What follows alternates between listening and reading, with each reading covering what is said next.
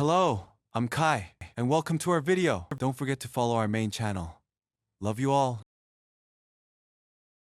When you add the template to your n8n instance, you'll see a brief guide on how to use it. In the Try It Out note, you'll find the requirements section, which include the template name. This is the template you'll need to find and use on the Browseract template tab. The first blue part is the run node, that is designed to send a request to run the workflow. In this part, you need to change two things, the API token and the workflow ID. Simply choose bear auth, add your API, and save it. For the workflow ID, you need to replace the ID you copied from the Browseract workflow tab. When you have done both, you don't need to change anything else, and you are ready to run it. The second node is get data, and it's already taking the necessary data from the run node. Because of this, you don't need to change anything.